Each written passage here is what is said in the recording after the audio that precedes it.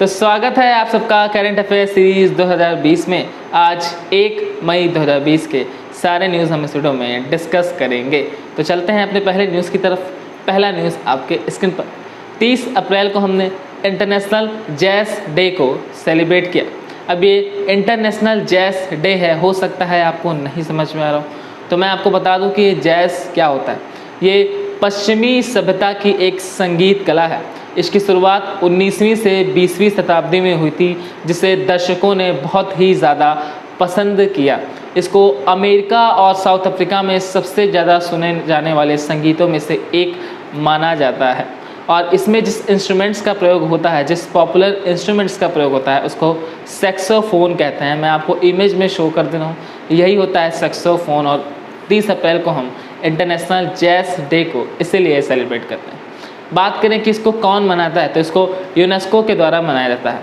अब जरा सी मैं यूनेस्को की चर्चा कर लेता हूँ। यूनेस्को को 4 नवंबर 1946 को फाउंड किया गया था। इसका हेडक्वार्टर फ्रांस के पेरिस में इस्टेब्लिश है तथा वर्तमान में सेक्रेटरी जनरल ऑन्ड्रे अजोले जी हैं। चलिए, अब बात आ गई है डेट्स की, और आज 30 अप्रैल यानी लास्ट डेट मैंने अप्रैल का आपको बता दिया है। तो एक बार मैं शुरू से आपको अप्रैल के सारे डेट्स को रिवाइज कराता हूँ। आपको क्या करना है, मेरे साथ साथ आपको मन में उन डेट्स को याद करना है, जिससे आपको पता चले कि आपको कितने डेट्स याद हैं। तो मैं शुरू कर रहा हूँ, आप मेरे साथ साथ अपने मन में ज़रूर दोहराइएगा। 1 अप्रैल को हमने उड़ीसा डे को सेलिब्रेट किया। 2 अप्रैल को हमने ऑटिज़्म अवेयरनेस डे को सेलिब्रेट किया। 4 अप्रैल को हमने international day of mind awareness को सेलिब्रेट किया। 5 अप्रैल को हमने 2 डे, एक नेशनल मैरीटाइम डे और दूसरा इंटरनेशनल डे ऑफ कंसाइंस को सेलिब्रेट किया। 6 अप्रैल को हमने international day of sports for piece and development को सेलिब्रेट किया। 7 अप्रैल को हमने वर्ल्ड हेल्थ डे को सेलिब्रेट किया। 9 अप्रैल को हमने CRPF शौर्य दिवस को मनाया। 10 अप्रैल को हमने वर्ल्ड होम्योपैथी डे को सेलिब्रेट किया। 11 अप्रैल को हमने नेशनल सेफ मदरहुड डे को मनाया। 12 अप्रैल को हमने international day of human space flight को सेलिब्रेट किया। 14 अप्रैल को हमने वर्ल्ड चगास डिसीज़ डे को सेलिब्रेट किया। और 15 अप्रैल को हमने वर्ल्ड आर्ट डे को सेलिब्रेट किया। 16 अप्रैल को हमने भारतीय रेल परिवहन दिवस सेलिब्रेट किया। 17 अप्रैल को हमने वर्ल्ड हीमोफीलिया डे को सेलिब्रेट किया। 18 अप्रैल को हमने वर्ल्ड हेरिटेज डे को मनाया। 19 अप्रैल को हमने वर्ल्ड लीवर डे को सेलिब्रेट किया। अब बात करें 21 अप्रैल की, तो 21 अप्रैल को हमने सिविल सेवा दिवस को मनाया। और एक और डे होता है, वो होता है world creativity and innovations day को भी हमने 21 अप्रैल को मनाया। 22 अप्रैल को हमने वर्ल्ड अर्थ डे को सेलिब्रेट किया। 23 अप्रैल को हमने विश्व पुस्तक एवं कॉपीराइट दिवस को सेलिब्रेट किया। बात कर लें 24 अप्रैल को, तो 24 अप्रैल को हमने पंचायती राज दिवस को सेलिब्रेट किया। 25 अप्रैल को हमने वर्ल्ड मलेरिया डे को सेलिब्रेट किया। 26 अप्रैल को हमने अंतर्राष्ट्रीय बौद्धिक संपदा दिवस को यानी इंटरनेशनल इंटेलेक्चुअल प्रॉपर्टी डेज को सेलिब्रेट किया। और 26 अप्रैल को ही हमने international Chernobyl disaster remembrance day को भी सेलिब्रेट किया।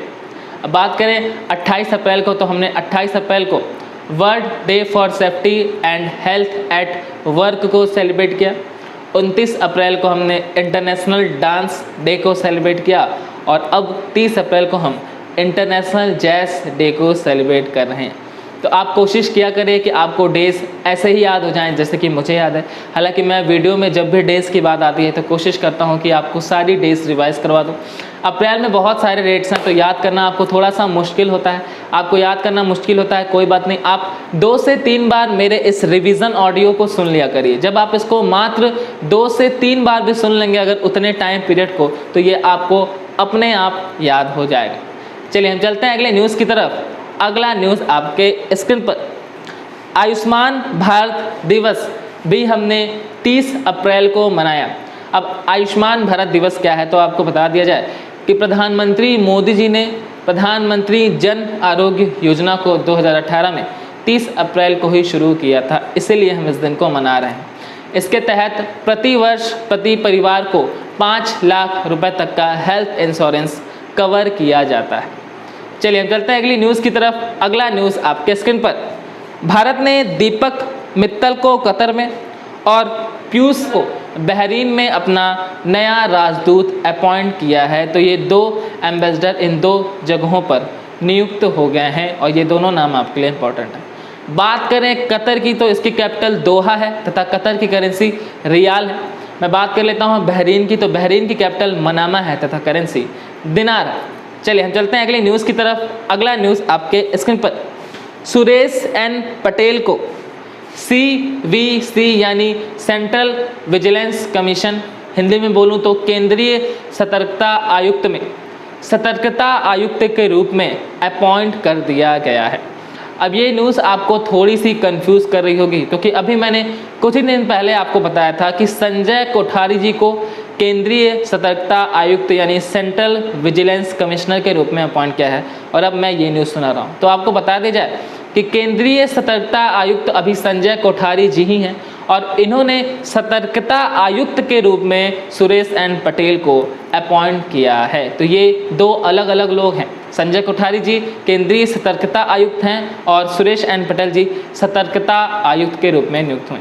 CVC एक ऐसी संस्था होती है जो भ्रष्टाचार पर निगरानी करती है और उसकी एग्जामिन करती है यानी जांच एवं पड़ताल करती है। केंद्रीय सतर्कता आयुक्त यानी सेंट्रल विजिलेंस कमीशन को फरवरी 1964 में इस्टेब्लिश किया गया था। इसका हेडक्वार्टर न्यू दिल्ली में इस्टेब्लिश है। चलिए हम चलते हैं अगली न्यूज़ की तरफ। अगला न्यूज़ आपके स्क्रीन पर, पूर्व वित्त सचिव राजीव कुमार जी को 3 साल के लिए PESB यानी पब्लिक एंटरप्राइजेस सिलेक्शन बोर्ड का नया अध्यक्ष अपॉइंट कर दिया गया है।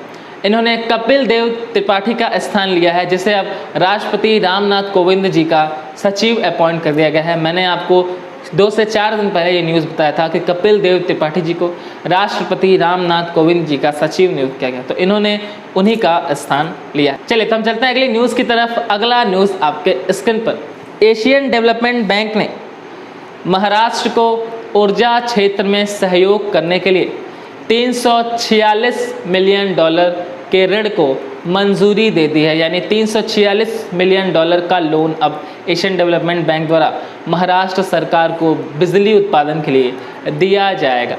बात कर लें ADB की तो इसका फुल फॉर्म है एशियन डेवलपमेंट बैंक। इसकी इस्टेब्लिशमेंट 19 दिसंबर 1966 को हुई थी। इसका हेडक्वार्टर फिलीपींस के मनीला में है तथा वर्तमान में इसके सेक्रेटरी जनरल मत्सुगु अस्कवा जी। मैं ये सारी डिटेल्स आपको डेली बताता हूँ और डेली मैं आपको याद कराने की कोशिश करता हूँ। अगर सिर्फ और सिर्फ आप मेरे वीडियो को सुनते भी हैं तब भी आपको ये सारी डिटेल्स अपने आप याद हो जाएंगी। तो आपको एक हैबिट डेवलप करनी होती है कि डेली कभी भी 10 से 15 मिनट का टाइम आपको निकालना होता है और बेहद ही ध्यान से मेरे द्वारा बताए गए सारे न्यूज़ को सुनना होता है। सिर्फ सुनने मात्र से आपके एग्ज़ाम के एक सवाल से 5 से 6 नंबर तक के क्वेश्चंस मैं आपको तैयार करवा देता हूं, तो ये आपके लिए बहुत ही ज़्यादा बेनिफिट होता है। चलिए हम चलते हैं अगली न्यूज़ की तरफ। अगला न्यूज़ आपके स्क्रीन पर, सेंट्रल गवर्नमेंट ने TS तिरुमूर्ति को यूनाइटेड नेशंस में भारत के स्थायी प्रतिनिधि के रूप में अपॉइंट कर दिया गया है। यानी रिप्रेजेंटेटिव्स के रूप में इन्हें अपॉइंट किया गया है भारत की तरफ से। बात कर ले यूनाइटेड नेशंस की तो इसकी इस्टेब्लिशमेंट 24 अक्टूबर 1945 को हुई थी, इसलिए हम 24 अक्टूबर को यूनाइटेड नेशंस डे को सेलिब्रेट करते हैं। वर्तमान में यूनाइटेड नेशंस के जो सेक्रेटरी जनरल हैं उनका नाम है एंटोनियो गुटेरेस तथा यूनाइटेड नेशंस का हेडक्वार्टर न्यूयॉर्क में इस्टेब्लिश है। चलिए हम चलते हैं अगले न्यूज़ की तरफ। अगला न्यूज़ आपके स्क्रीन पर, नीरज व्यास जी को 8 महीनों के लिए PNB हाउसिंग फाइनेंस का interim MD and CEO appoint कर दिया गया है। इन्होंने संजय गुप्ता का स्थान लिया है जो वर्तमान में MD एंड CEO थे PNB हाउसिंग एंड फाइनेंस के, और इंटरिम के रूप में नीरज व्यास जी को अपॉइंट कर दिया गया। बात करें PNB हाउसिंग फाइनेंस की तो इसका हेडक्वार्टर न्यू दिल्ली में इस्टेब्लिश। चलिए चलते हैं अगले न्यूज़ की तरफ। अगला न्यूज़ आपके स्क्रीन पर, मध्य प्रदेश सरकार ने कोरोना वायरस से मुकाबला करने के लिए तथा अपने इम्यूनिटी सिस्टम को बढ़ाने के लिए जीवन अमृत योजना को शुरू किया है। अब ये क्या है, तो इसके तहत मध्य प्रदेश सरकार के द्वारा एक त्रिकूट चूर्ण बनाया गया है जिसमें पीपल, अदरक और काली मिर्च का काढ़ा बनाया गया है और इसको फ्री में सारे रेड जोन में प्रोवाइड करवाया जा रहा है, जिससे कि कोविड-19 से मुकाबला करने के लिए हमारी इम्यूनिटी सिस्टम को कुछ हद तक ठीक किया जा सके।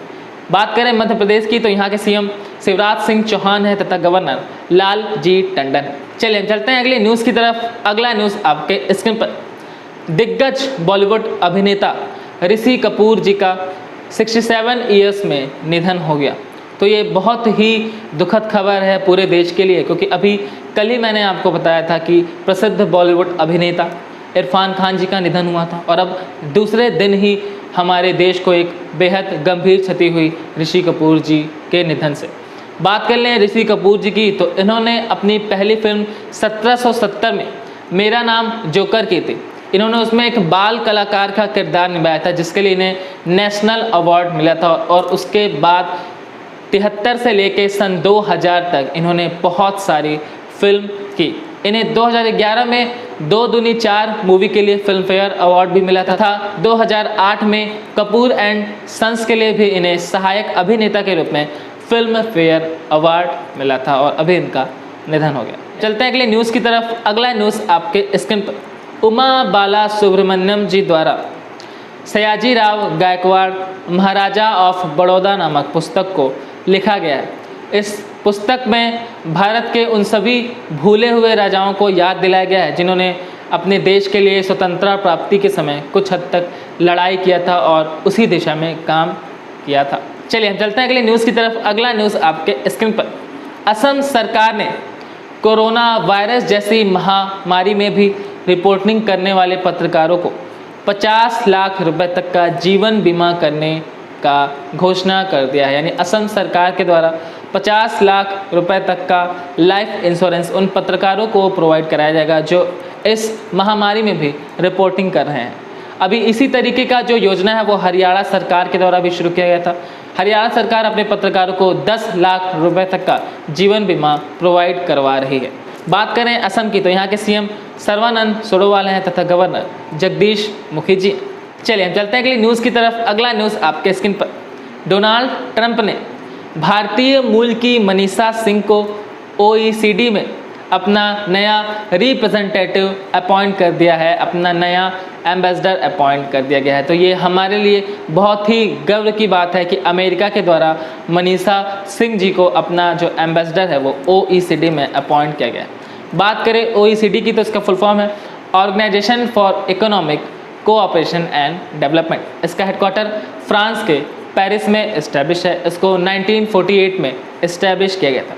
चलिए हम चलते हैं अगली न्यूज़ की तरफ। अगला न्यूज़ आपके स्क्रीन पर, रणजी ट्रॉफी के विजेता रह चुके तथा कर्नाटक के प्रसिद्ध बैट्समैन अरुण कुमार जी को 2 वर्ष के लिए अमेरिकी क्रिकेट टीम का हेड कोच अपॉइंट कर दिया गया है। तो ये भी न्यूज़ हमारे लिए प्राउड न्यूज़ है क्योंकि भारतीय मूल के जो कोच हैं जिन्होंने रणजी ट्रॉफी में बहुत ही अच्छी परफॉर्मेंस की थी अपने समय में, उन्हें अमेरिका क्रिकेट टीम का हेड कोच अपॉइंट कर दिया है।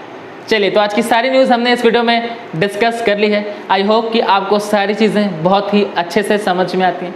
अगर आप मेरे वीडियोस को डेली देखते हैं तो आपके सिंगल क्वेश्चंस भी किसी एग्ज़ाम में गलत नहीं होने वाले हैं। चलिए तो आज मेरा आपसे क्वेश्चन है कि आपको मध्य प्रदेश के जितने भी नेशनल पार्क्स और वाइल्ड लाइफ सेंचुरीज़ याद हैं उनको आप कमेंट सेक्शन में अपने आंसर के रूप में लिखें। अब ऐसा नहीं है कि आपको 10 से 15 वाइल्ड लाइफ सेंचुरीज़ या नेशनल पार्क्स को लिखना है, जितने आपको याद हैं आप उतने ही लिखिए। अगर आपको 10-15 याद है तो आप उनको भी लिख सकते हैं, अगर आपको 1-2 याद है तो वो भी आप लिख सकते हैं। उससे क्या होगा कि जब आप कमेंट सेक्शन में कमेंट करने के बाद थोड़ी देर के बाद जब दोबारा कमेंट सेक्शंस को पढ़ेंगे तो बहुत सारे 40 से 50 स्टूडेंट्स के द्वारा कमेंट किया जाता है और सबके अलग अलग आंसर्स होंगे, तो जिससे आपको पता चलेगा कि मध्य प्रदेश में कितने सारे वाइल्ड लाइफ सेंचुरीज़ और नेशनल पार्क्स अवेलेबल हैं और इससे आपको और सारी इन्फॉर्मेशन भी मिल जाएगी। चलिए तो आज के लिए बस इतना ही। मैं मिलता हूँ आपसे नेक्स्ट वीडियो में। तब तक के लिए पढ़ते रहिए, खेलते रहिए और मुस्कुराते रहिए।